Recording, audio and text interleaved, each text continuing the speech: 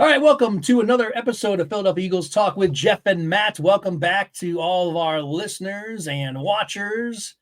Those of you, I say listeners still because we still are on the platforms for the audio podcast. So welcome. You guys have been with me for, I think we're closing in on episode 250 overall since I started Philadelphia Eagles Talk with Geoff.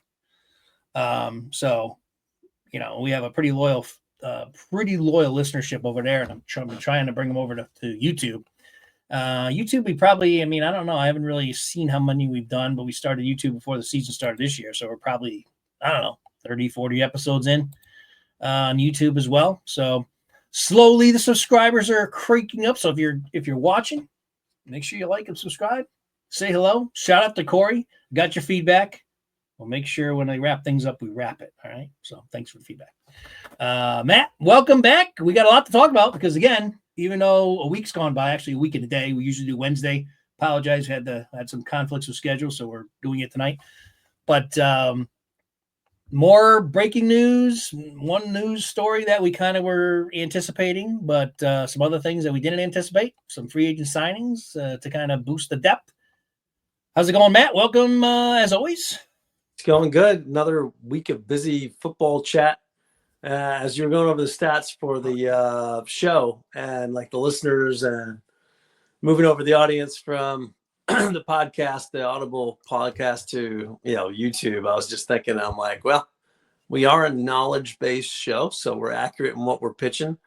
Heck yeah. The special effects and all that stuff will come somewhere in the future when we have a producer and better microphones and all that stuff. But the knowledge is spot on. I was thinking that's the important thing.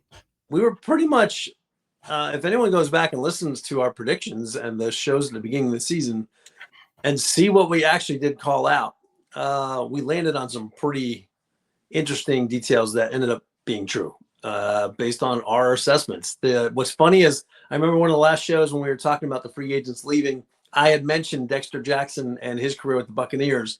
I didn't mention Larry Brown, but he was on my head as think about him. And the next morning I'm listening to a guest that's on the Sports Junkies, and he literally brings up the two free agents I had mentioned the night before on our show. And I'm like, oh, are there people stealing information from our show? He's like, well, these free agents, they have a big play in the Super Bowl and they sign somewhere else. And he's like, who remembers Dexter Jackson? Who remembers Larry Brown? I'm like, I did. Yeah.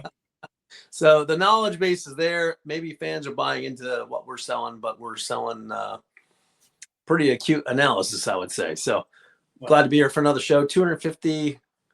We're catching on 250. This is like 248-ish or maybe 249. We're getting to 250 overall. Not all on YouTube. YouTube, like I said, we're probably 30 or. But since I started and launched this show, which is going on 3 years, almost to the day. I know I started in just before the draft 3 years ago. So we're almost basically a 3-year anniversary right around now too. Cool. So, we moved to YouTube before the start of this season. And, we're just slowly trying to build up and ramp up the YouTube channel. So, again, help us out. Share it with your fellow Eagle fans. Let them know that Matt and Geoff is where it's at for Eagles news. And what you're going to get here, this is what I've always said is, we don't work for the Eagles. We don't work for any media. We're going to get, you're going to get a knowledgeable fans reaction, opinion, conversation, and eventually we're going to be doing live streams. We're going to have you guys participate as well. That's really where we want to go, but we need your help. We need to get our subscriptions up. So in order to do that. So, all right, let's move it on. A good segue though, with our talking about our knowledge, because the guy that we're going to talk about right now, and here I go. I didn't forget the super. Here it is. Hey, maybe we don't need time this time. All right. Is Brandon Graham, BG number 55, the longest term Eagle in the history of the team. That's pretty cool. There was a time, and this is what I wanted to get at, talking about knowledge and all this. Well, I and Matt as well. Matt is definitely part of it because there wasn't many. There was a lot of Eagle fans bitching and moaning, complaining and whining about how they didn't draft Earl Thomas and they picked Brandon Graham. And because the first 2 or 3 years, Earl Thomas is making Pro Bowls and great player. Don't get me wrong. Ended up getting in a lot of trouble off the field later in his career, but great player. And then you had BG struggling, injured. He tears his knee for his first or second year in the league. Coaching changes with defensive coordinators. Never was able to figure out. 1 year they moved him back to linebacker. Yeah, that was with Billy Davis in the 3-4. Yep. And I was defending. There was Eagle fans on the message boards and people in the Angelo Cataldi's, who's never right about anything. Basically, whatever he ever says, the exact opposite happens. I had to get a shot in on Angelo. That people just wanted the Eagles to cut Brandon Graham.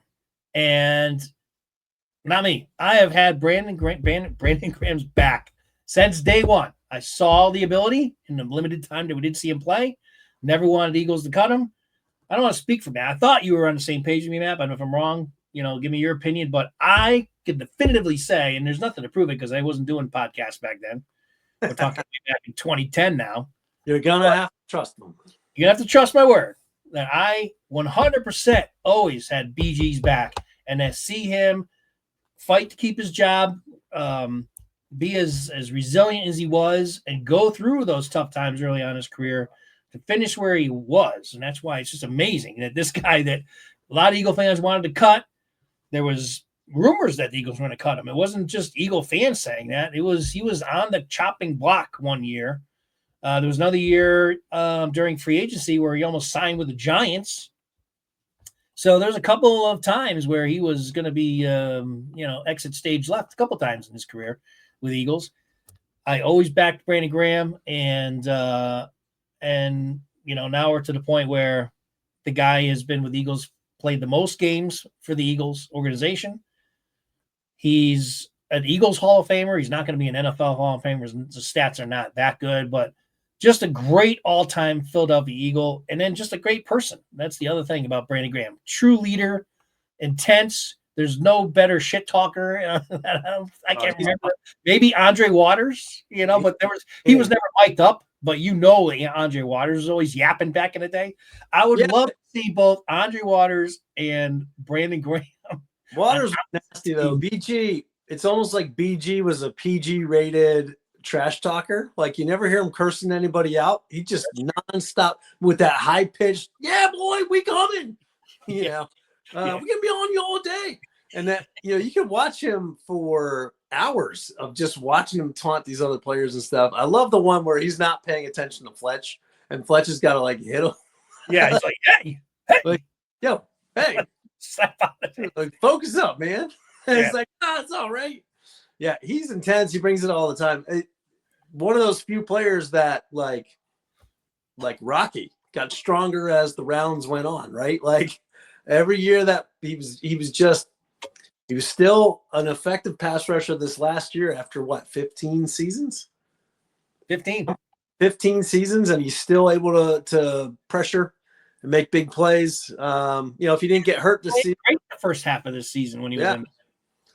So fantastic player, fantastic guy. I don't think if I was all that high on him early, I was kind of like, when are you going to do something and consistent? But they did. They moved him all over the place when they were, they make Juan Castillo the defensive coordinator, and then they hire Billy Davis, and they changed from 4-3 to 3-4, and it wasn't. And Chip Kelly came in, and I think he moved back to linebacker 1 year. Yeah, and it really wasn't until Peterson came that he kind of got into his groove, and they kind of settled down. And I can't even remember who was the DC when Peterson was here. Schwartz. Jim Schwartz, yeah. So when Jim Schwartz came on, it was like, okay, here's some steady, this is the role you're going to play. This is what we need you to do. And he took off kind of from there all the way through the remaining ones. But yeah, it took him a while to just find a solid grasp, but he's a great player. All of his authenticity when he's greeting all the folks at the Philadelphia Eagles organization and stuff, he's just a cool dude. You can tell something special is going on in that organization. Just to jump away from BG for a second, at the end of the Commanders game, when the Commanders lost and Fletch is standing there and he calls Ertz over, I saw those clips. But that organization, the Eagles organization, has something really good going on. So I have no doubt if they keep that going, they're going to be a team that attracts high character people, and high character people win Super Bowls. So I like him where they're going. BG, they'll miss him, but they're going to keep him around too. He's going to get some job almost immediately with Howie and be a presence in that organization, just like all the other. Yeah. He said he plans on doing that. So it's good to know that he's still going to be around. And which, this Eagle team now has only, I think, 4 players, they were saying, over 30 years old. Now they are super young, maybe to the point where they're too young. We'll see. It's going to be we're going to find out during this season. But, the old man on the block now, who's by himself, he was part of the formidable 4 with Fletch and Kelsey and Graham. But now the lone survivor is Lane Johnson, who's also in the news this week, as the Eagles extended him 1 year. So now he's good till 2029, I want to say, or 2028. I think he takes it through the season. Signs a 1-year extension with the Eagles. So Lane is going to be here. He says he's probably going to play at least 2 more years, and he's going to hope that he could play that 3rd year. Sounds like we're getting into the end of his career, obviously, as well. But Lane is also right now feeling healthier than he has 3 or 4 years ago when he had all those ankle issues. So he's feeling really good. So hopefully we can get another 3 years out of him because he's still dominant at his position. And he is now the leader of the Eagles. He's one of them for sure between him and Hurts. And we'll see who emerges on the defensive side. I think Blankenship's a guy that you could see becoming a leader. Baun, I think, is a guy that's got that type of leadership ability. And, of course, I've said Nakobe Dean as well. And I think Nakobe Dean definitely is injected into that because they even had him go up and speak in front of the team when he was injured and out for the playoffs. So I definitely think Nakobe, as I predicted, we're talking about knowledge and everything. I said that when he drafted him. I'm like, this guy's a future defensive captain of the team. It didn't look good for the first couple of years when I made that prediction. But it's looking a lot better now. Yeah, that's another sign right there that the Eagles organization is a team that people want to play for, because if you think about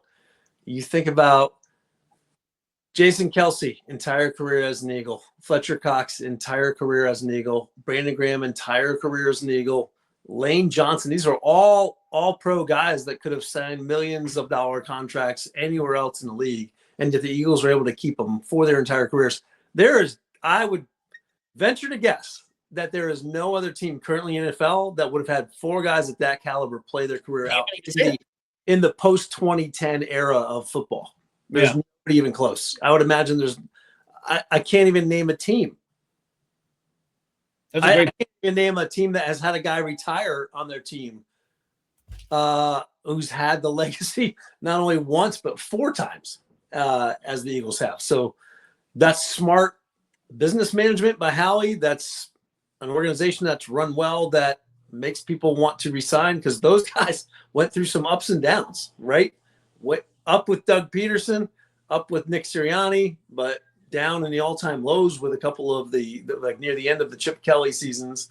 BG was drafted by Andy Reid, right? So was Fletcher.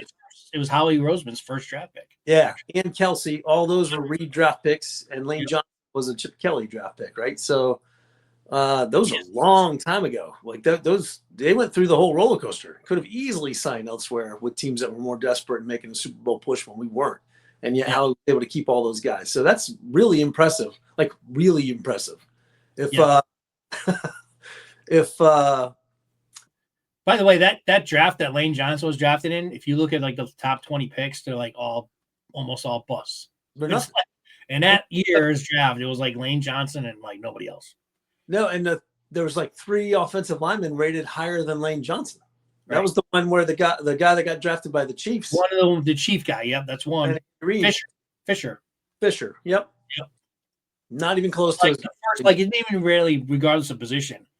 Like you look at that first like 20 picks of that draft, and there's Lane Johnson. That's like it. Like the Eagles got like the only good player out of that first round. I think there's some guys better in later part picks, but that's impressive. That's impressive stuff in this current modern era. That's why Howie is just light years ahead of most other GMs right now. So. Yeah, I'm going to talk about Howie because he is, cruising and making some moves. And we knew he was going to be a bargain shopper. He said it. in so many words during the press conference he had at the combine that this is going to be unlike any other Eagle year. There's not going to be any big splashes, even though some Eagle fans were sitting there putting rumors out there that they thought they were going to trade for Hendrickson or, make a move for whomever. But there's just no way. And there's no room. Still saying that now they think that they're going to trade for Trevon Walker of the Jacksonville Jaguars. That's the newest. I'm like, you guys need to get off. The reason why Howie's making all these moves, I know I mentioned this the last podcast, is he has to save up for signing Jalen Carter next year. Blankenship is going to be up. The center, Juergens is up. All these guys, and then you can after that, then you have Mitchell and 33, the other pick six, Cooper DeJean, right? Yeah. So it's like, dude, there's no way they're going to bring in Javon Walker. Nope. Why do you think they let Sweat go and they let Milton go and they let Slay go? It's not to bring in more salary. It's amazing. I just don't understand it.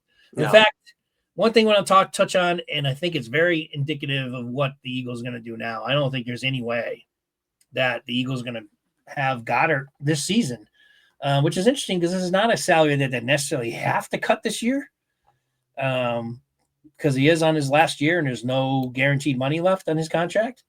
But they're still looking to ship him off. So they're still looking to cut even the guy they don't necessarily have to cut.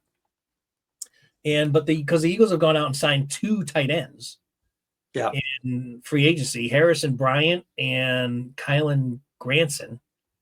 2 guys I've never heard of. Maybe you know something about these guys. I don't. No info. All I know is Dallas Goedert. I really hope that the Eagles are able to pull off some sort of trade that send him to a tight end starved team where he can be like the focal point of the offense. He would be amazing. Yeah, he's really good. I mean, it's going to hurt the Eagles when he goes, no doubt. Going to be used the ball off at tight end. But the Eagles also, during this last season, showed that their offense can still move without him. Now, 100%. I say that, but he still makes those big third down catches that some fill in on those. He could easily, if he became the focal point of an offense on a team that's got a decent enough quarterback to get him the ball, he could be a dominant player. And it's funny because I'm like, well, what's Travis Kelce doing on the Chiefs? I think he's going to come back. I don't think he's going to go, so I don't think they trade for him. But man, if Kelce had called it his last year, I could see the Chiefs saying, "Hey, we'll take Goddard. Here's a 3rd round pick next year or something for Goddard." But I don't know. But the Eagles, I think other teams now know, and this is why there's probably no action, is they know that the Eagles are probably going to just release him. So why are they going to sit there and go, oh, hey, we'll give you a 3rd, we'll give you a 4th?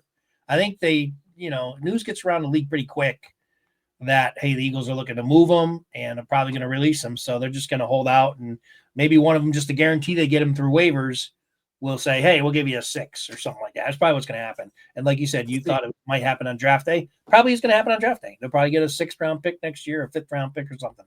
I don't think they're going to get anything. A 3rd round would surprise me, even though he's worth it. But again, I just think the teams know that the Eagles are going to probably release him anyway. So they're not going to give up a lot for him. So here's an interesting thing with that. Goddard's on his last year of his contract, right? Yep. And so is Hendrickson with the Bengals. I thought he just re-signed a big, huge contract. I don't think so. I think he's got the Raider guy. I'm getting confused with the Raider guy. Yeah. So I wonder if the Eagles feel like they're solid at tight end enough to trade away that they could possibly get Hendrickson in a 1-for-1 trade. Because if the Bengals are going to, neither one of them has to cut those 2 players. They could keep them on the roster. Right. If you want to talk down to earth in a language that everyone can easily understand, but they could also, that would be a trade that makes sense. If the Eagles are desperate, I mean, can you imagine Goddard? Now, if you're Goddard, you'd be like, I don't want to go to the Bengals. I'm already on a team. They won't get the ball again because they have 2 good wide receivers, the best receiver in the league, and then Higgins, who's really good.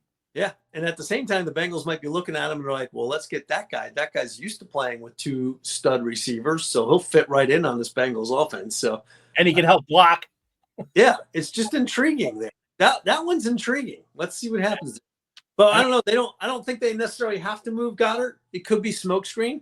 If nobody knows who these guys are, Howie might preempt this as if they're going to drop them, and then when they don't drop them, somebody, we'll see. I think Howie's just backstopping that roster in case he's able to make a move. But I don't think this necessarily says that Goddard's definitely gone. Likely, but maybe not definitely. That's true, because they could cut these guys easily. It's not like there's no guarantee money with either of these guys they just signed. They're just kind of stopgap filling guys, I think, because they expect to move Goddard. But to your point, and I would rather, and maybe Howie's this smart enough to realize this, if he doesn't get a decent pick and he knows that all these teams are just not going to offer much because they expect the Eagles just release him, then just don't release him and keep Goddard for another year. It's right. Not kill the Eagles, just have him this year. They're not signing Carter this year. They may or may not sign Juergens this year. I think they're going to try to. So they can, Howie can hold off signing these guys till next year if he wants to. So, and then Goddard's gone. Goddard's got an injury history, so it's not like he can hold out and pretend like he's the key cog of this offense. Right. I think all the leverage actually with both the Bengals and Hendrickson and the Eagles with Goddard, all of the leverage is on the team side. The teams. Yeah, exactly. Yep. So we'll see what happens there. I want the Eagles to keep Goddard because, again, we don't have the fill-in guy. I mean, yeah, we think they can go to Brown, and we know that those, two wide receivers can also make those clutch plays on third down. But it's when you have a third weapon you could use like Goddard, who Hurts likes to go to on those third downs. That's when he goes to Goddard. It's typically on the 3rd and 8s or whatever. He goes to Goddard on those, and now they might not have him this year. So, and I think they're going to have more offensive production this year than last year because I don't know their defense is going to take a step back. It's just it. You can't lose 4 key guys, really 5 key guys, in one offseason and expect your defense to be as good. It's just not going to happen. Eagles, I think they're still going to have a good defense, but they're not going to be. I doubt they're going to be number 1 in the league next year. It's just that'd be shocking if that happens. Yeah. By the way, losing guys, C.J. Gardner-Johnson, he was the one surprise that we didn't expect, right? Right. We had talked about Sidney Brown, but I saw a clip with Seth Joyner assessing Sidney Brown's game, and his advice was exactly what we had stated as well. Like, Sidney Brown is 150% electricity all the time. He's like, in the NFL, you can't do that. You need to play at about 90, 85 sometimes, and then crank it up when you need to so you don't miss so many tackles from over pursuing all this. And I'm like, yeah, Seth just nailed it with Sidney Brown. I didn't hear that, but that's good that he echoed what our sentiments are. Yeah. It's like, here's what I said. Is he as good as Gardner-Johnson right now? No, because he's not as good in coverage and he is not as good of a tackler, but he can be. And what I was saying was they're not going to lose the energy part or the intensity or the passion with Gardner. If anything, he might be a step above what Gardner brings in that category. But he can't be this human missile out there that is like 50% effective in tackling. Yeah. And that's what he is right now. He's like a 50-50 guy. He either kills the guy or he misses him completely. Yeah. Give him a Benadryl or 2 before he plays. He does need to tone it down a little bit. I mean, this guy's getting in brawls. Wasn't he the one that got in the brawl in the gateway in Dallas? And like a special teams play that really was like meaningless in the game. He's out there brawling with 6 Cowboys in the entrance gap. I'm like, dude, this guy's just unbelievable, man. Yeah, he's fired up. Yeah, so it's going to be fun. That's what I mean. I really think they should give him a chance. Like, there's some Eagle fans out there saying the Eagles should draft a safety in the first round, and I'm like, they can. I mean, it's always good to give Brown some competition, but they did draft him pretty high. The 3rd round pick is high. I mean, that's a lot invested in a player. You got to give Sidney at least a chance, especially since he's been injured. He hasn't really had a chance to have consistent, time on the field under the same defensive coordinator. He hasn't had that yet in his whole career. So I think the Eagles going to give him a chance. That's why I'm like, I don't know if the Eagles are going to go safety first round. They might. If one of these big time safeties, the guy out of, is it Georgia? There's like 2 really good ones. If one of them's there at 32, I mean, the Eagles do still have a need at safety. I mean, why not? They could take him. But I think they're going to go. My prediction, I'll make this right now. I know we're going to have plenty of time to talk about the draft. But as of right now, March 20th, and this could change in a few weeks. But right now, I think they're going to go offense or defensive line. That's what I think they're going. Either one. Yeah, and they might trade up. If that's where they go in the first round, they might trade up to go get their guy. Yeah, Howie usually targets that like 15 to 18 mark. Like if he's in the middle of the round, Howie trades up to get top 10 sometimes. If he's in the late part of the round, he either trades back or he trades up for that 15, 16 slot to go grab a guy who might be. Yeah, I can see him moving up a little bit, or I can see him moving out of the first round completely and picking up more picks. All right, let's get in. We're going to knock out these other moves that the Eagles have made and talk a little bit about each one. First of all, we'll start with Patrick Johnson. Here's a guy that especially when he went to the Giants last year, I'm like, oh, man, he has to go to the Giants. Now, I don't know what he really did with the Giants. I don't know if he did much at all, and then maybe I don't know if he played or if he was just on the practice squad, but I know that the Giants took him off of our practice squad last year. He's the guy, every time they show him in preseason, he's the guy that always comes off. He just always makes plays. Yeah. Now, I'm not saying he's great or anything like that, but I'm glad that the Eagles re-signed him and he's back in here because he can rush the passer. He's also had some pass rushes in the preseason. Again, I know preseason is not regular season. He hasn't really played much at all in the regular season. But what I've seen of him in preseason, he's always kind of shown up. So I'm glad he's back. I don't know if you have anything else to add about Patrick Johnson. I think if nothing else, he's just a depth guy that the Eagles know and are familiar with. I think they're looking at special teams players too, because if they move up Trotter Jr. and he gets more playing time, if they move up Steve Brown, you're losing two special teamers. You know what? That's played all season long. Yeah, I didn't even think about that. That's true. Good point. Whether he gets on the field or not, he's made plays in preseason, but I think they know what they have in him, so that's a smart signing. Yeah, one thing we can guarantee is that Britton Covey won't be back, which kind of sucks because I always liked that guy. But to your point, and I always agreed that he just is a guy who will never break a tackle. And master, he's one finger on him, he's going down. Yeah, and he's injured a lot. He broke his clavicle and hurt his shoulder really bad this year. So, but the Eagles picked up Avery Williams, who I saw some highlight footage of him. I kind of looked him up just kind of get an idea. Doesn't really show that he's electric. He's not like Turbin of the Cowboys, that's for sure. He's not like nearly that good, but he's a guy that's does punt and kickoff returns for the Falcons, and he's going to be our. It's not like he's bad. He gets yards, but he's not like a breakaway threat, in my opinion, at least from what I saw. But apparently, that's who the Eagles are going to go with for their special teams next year. I don't know how much you know about him or saw. Not much. The name sounds familiar, but I saw a little bit of him. And they needed to replace Kenny Gainwell, who sometimes returns kicks or punts, and it's a win. Yep. Cooper DeJean is not returning kicks or punts. Yes. We don't want him doing that. More kicks back. Yeah. Here's a nice one, and I'm a USC guy. It's one of my college teams, especially for football, and. Guy was a really good player for the Giants, Adoree Jackson.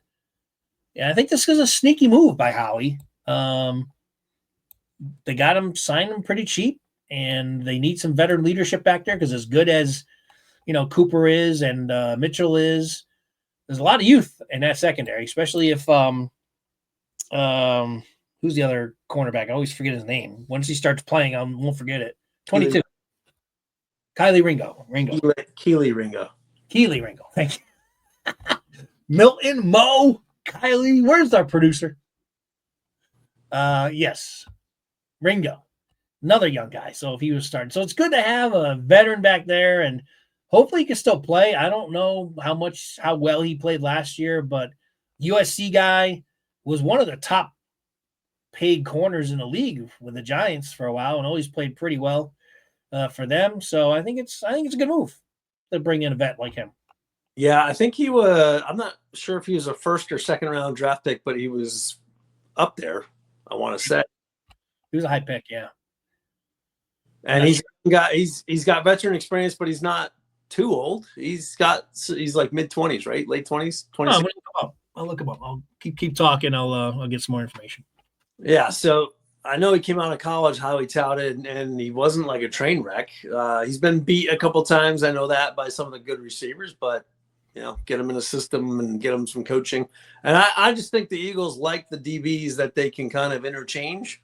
Yeah. Play safety, play him at nickel, play him on the outside, and he's a versatile guy that can probably do all of those.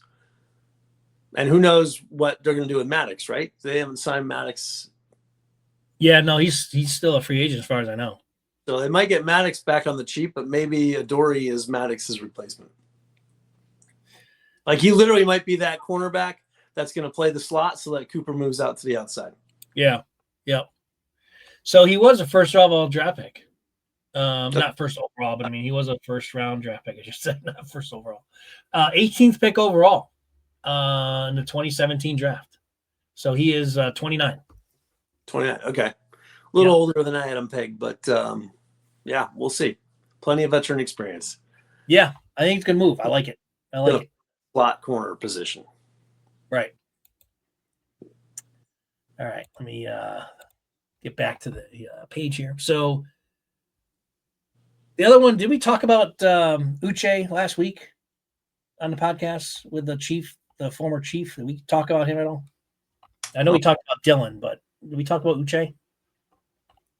I don't think so. We talked about the offensive lineman. No, he's the other line, the other pass rusher that they got from the Chiefs. I don't think we talked about him. Okay. So there's Joshua Uche, who the former Patriot and Chief. He had one really good season where he had 11 sacks and then hasn't done much else. But I did watch a little film on him as well, just to kind of prep for the show and be able to talk a little about him. Small, undersized pass rusher. But does have a really good bend. Like he's quick.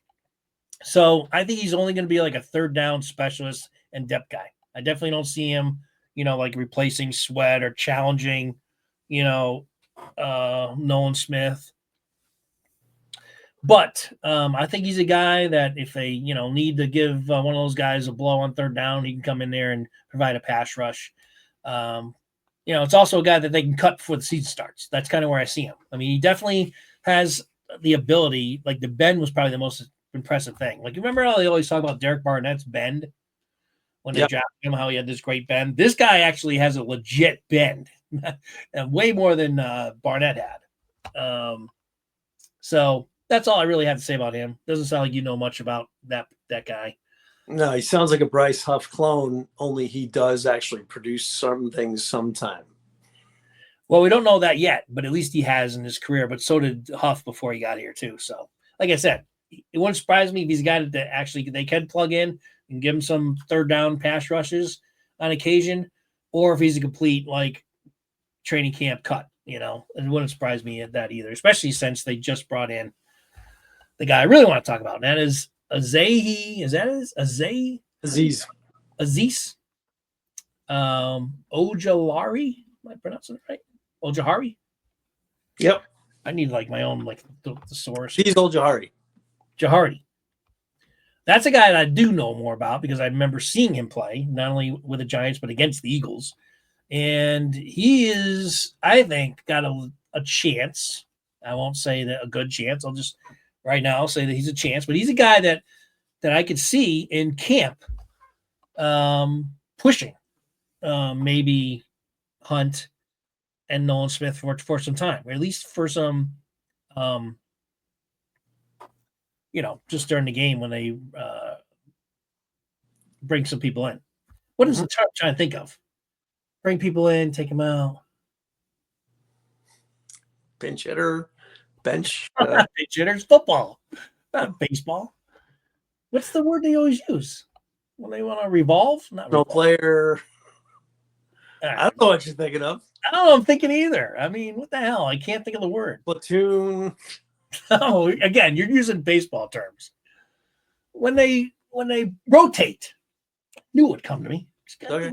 I said rotational player. You can rotate him in. I think that he's potentially a rotation guy. This is what I'm trying to say for the last 2 minutes. So, yeah, I think he's got that ability. I think he's had some injury concerns. He's been banged up with the Giants. He doesn't seem to be a guy that can stay healthy, so that's always a concern. But when he is, he's a productive player, and he's got long arms. He's almost like Byron Evans. Remember Byron Evans had those long ass arms? Yep.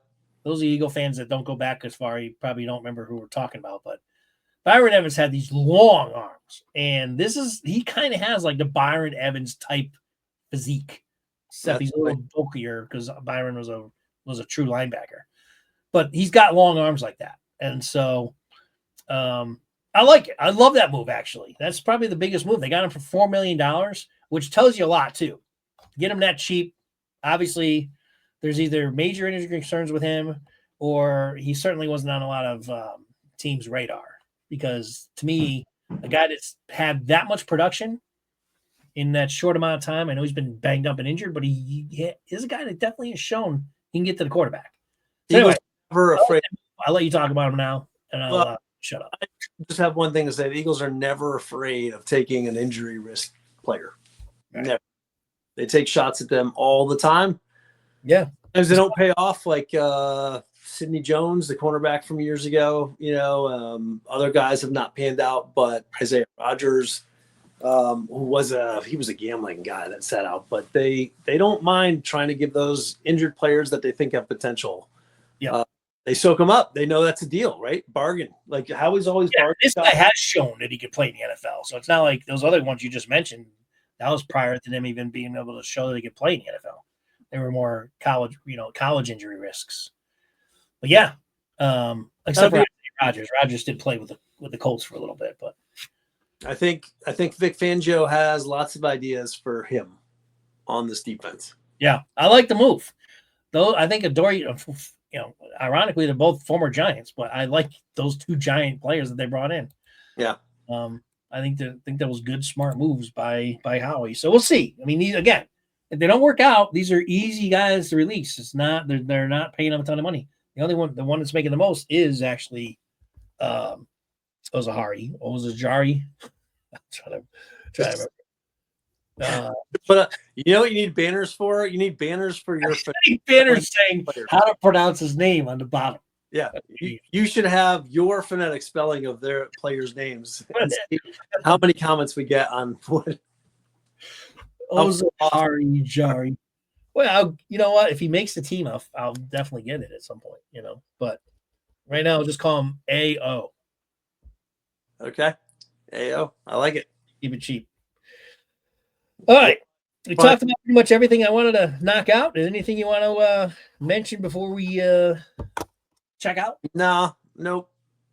Got all quiet on the Western Front. Eagles are making moves. I think they're prepping for that draft. They're gonna have an excellent draft. Yeah, and we're gonna talk a lot about the draft probably from this point forward. We'll kind of start shifting gears unless the Eagles make another signing, but there's not really much left out there. The Dallas Goddard question still out there. We'll see what happens with him. If there's a move to be made. Otherwise, it's basically time to shift gears and start focusing on the draft. So Matt and I will start doing some due diligence on that because both of us don't follow college basketball much. Football. What are you talking about? Somebody's just telling. It's like a little voice saying, Geoff, just get off the air because go to bed because you're up past your bedtime. Can't pronounce names, getting sports confused. Welcome to. I'll figure it out. It's been a long, long day. The Pro Basketball Talk with Geoff and Matt. Yeah, I will make sure that we're focused on due diligence on the college football players that are going to be in the draft. If there's watching and scouting all the basketball players, I'm not going to have much to input to add to the program. Yeah. If you join us next week, we promise to talk about football only. Oh man, you know what? It's March Madness has started today. That's what I got in my head. That's my excuse. Yeah. That's my excuse. Yeah. All right. With that, we're Matt and I will get to work on the draft, and so we'll be able to talk about the guys that we like, who we don't like, and all that kind of thing. So, with that said, fly Eagles fly. Super Bowl champs. Let's not forget, man, we are the Super Bowl champions as we head into the draft. So that's it. We're signing off. Go Birds. Keep going. Make sure you like, subscribe, and all that kind of fun stuff. Matt, you can have the last word. Let's see. Thanks, Honest Corey, for some good advice. Put you on the spot there. All right. Take care, everybody. We'll see you next week. And until then, fly Eagles fly. Catch y'all later. See ya. Peace.